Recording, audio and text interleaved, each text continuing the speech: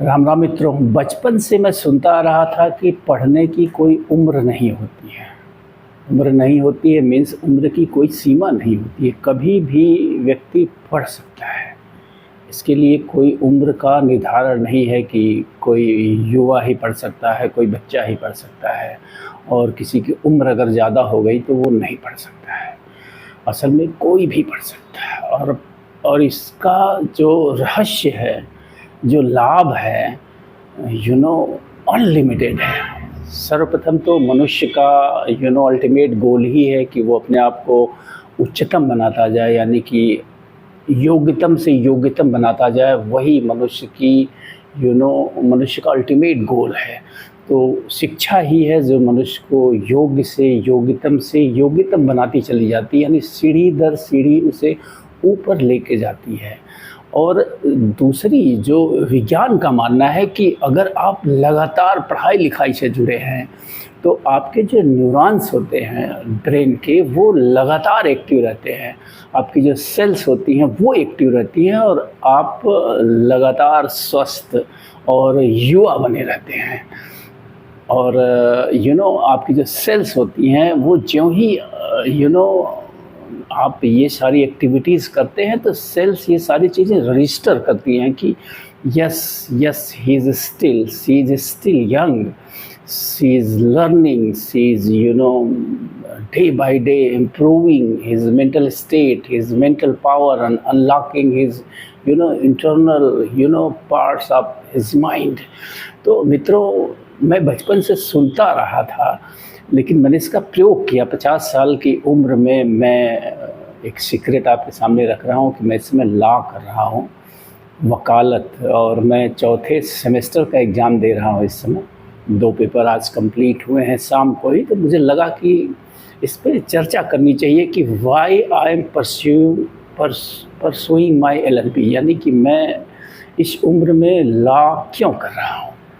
तो first of all जो मैंने बताया कि जो ब्रेन के न्यूरॉन्स होते हैं वो लगातार एक्टिव रहते हैं पढ़ाई से। मैं सिर्फ लॉ ही नहीं बल्कि आगे जब तक संभव रहेगा मैं कोई न कोई कोर्स करता रहूँगा। LLB के बाद LLM करने का मेरा प्लान है, फिर PhD करने का मेरा प्लान है। तो ये 2-3 प्लान तो ऑलरेडी मेरे ब्रेन में हैं, जिनको मैं कंटिन्यूसली, यानी आई विल से कंटिन्यू रखूँगा। जो LLB पूरी होगी I will get admission in LLM and thereafter I will try to do my PhD।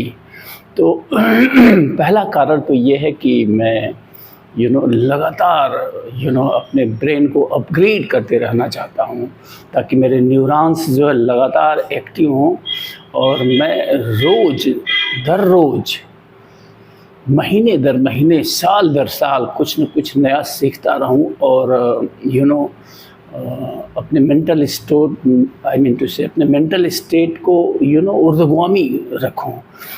और दूसरा सबसे महत्वपूर्ण जो मेरा लॉ करने के पीछे का पर्पज़ है वो ये है कि आज अगर आप देखें तो देश में जो, भारत में जो तमाम तरह की समस्याएं हैं, भ्रष्टाचार हुआ, अपराध हुआ, राजनीति का अपराधीकरण हुआ, या जो कोई भी समस्या है, उसका जो सबसे प्रमुख कारण है वो हमारे कानून व्यवस्था का फेलियर है। यानी जिस ढंग से हमारे देश की न्याय व्यवस्था काम कर रही है वो पूरी तरह से आप कह सकते हैं कि फेल है। इसमें सबका योगदान है, चाहे वो लॉयर हों, चाहे वो जजेज हों, चाहे वो पॉलिटिशियंस हों, चाहे वो पुलिस हो, सब व्यवस्था फेल है। और ये सिर्फ इसलिए फेल है कि हमारा जो संविधान है वो एग्जीक्यूट नहीं हो पा रहा है। अगर देखा जाए तो हमारे संविधान में कहीं से कोई कमी नहीं है, बस थोड़े बहुत सुधार की ज़रूरत है। तमाम सुधार हुए भी हैं और कुछ अपेक्षित भी हैं, लेकिन सबसे महत्वपूर्ण होता है संविधान का एग्जीक्यूशन। जो संविधान को संचालित करने वाले लोग होते हैं वो अगर सही नहीं है तो कतई जो है संविधान कितना भी बढ़िया रिजल्ट नहीं दे सकता है। डॉक्टर भीमराव अंबेडकर ने ये कहा भी था, संविधान लागू होने के बाद उन्होंने कहा था इस बात को कि अच्छे से अच्छा संविधान क्यों न हो, अगर उसको संचालित करने वाले लोग योग्य नहीं, अच्छे नहीं हैं, तो संविधान किसी काम का नहीं है। और बुरा से बुरा यानी संविधान अगर ख़राब भी है, उसमें ढेर सारी त्रुटियां और कमियां भी हैं, लेकिन अगर उसको संचालित करने वाले लोग ईमानदार हैं, कर्तव्यनिष्ठ हैं और योग्य है, तो वो कर दिखाता है। जो उसका उद्देश्य होता है उसको पूरा कर लेता है। तो मेरे लॉ करने के पीछे का एक कारण ये है कि मैं इन कमिंग फ्यूचर में एक लॉ फर्म बनाना चाहता हूँ, और मैं चाहता हूँ कि जो कानून का एग्जीक्यूशन नहीं हो पा रहा है उसके लिए कुछ किया जाए। क्या किया जा सकता है अभी से मैं नहीं कह सकता हूँ, लेकिन निश्चित रूप से I will try my level best to do something to improve the legal process, कि हमारा कानून क्यों विफल है, क्यों लाखों लाखों करोड़ों करोड़ों मामले लगातार लंबित पड़े हैं और कोई इस पे आवाज़ उठाने वाला नहीं है, कोई इस पे बोलने वाला नहीं है। और समाज में जितनी भी तरह की विसंगतियां आप पाएंगे वो सब के सब इसीलिए हैं कि समय रहते हम न्याय नहीं दे पा रहे हैं, हम न्याय नहीं कर पा रहे हैं, हम अपराधी को दंडित नहीं कर पा रहे हैं, हम निर्दोष को मुक्त नहीं कर पा रहे हैं। तो ये सारी समस्याओं की जड़ जो है हमारी न्याय व्यवस्था का फेलियर है।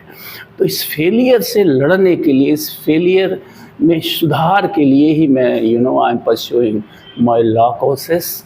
और जो एक और कारण मैंने बताया था, वो मैंने बताया है कि मैं पढ़ते रहना चाहता हूँ, लगातार पढ़ते रहना चाहता हूँ, and I will continue my education till my death. जब तक कि मुझे इस जीवन की यात्रा से वापस नहीं बुला लिया जाता है ईश्वर द्वारा, प्रकृति द्वारा, तब तक मैं लगातार कुछ न कुछ सीखता रहूँगा।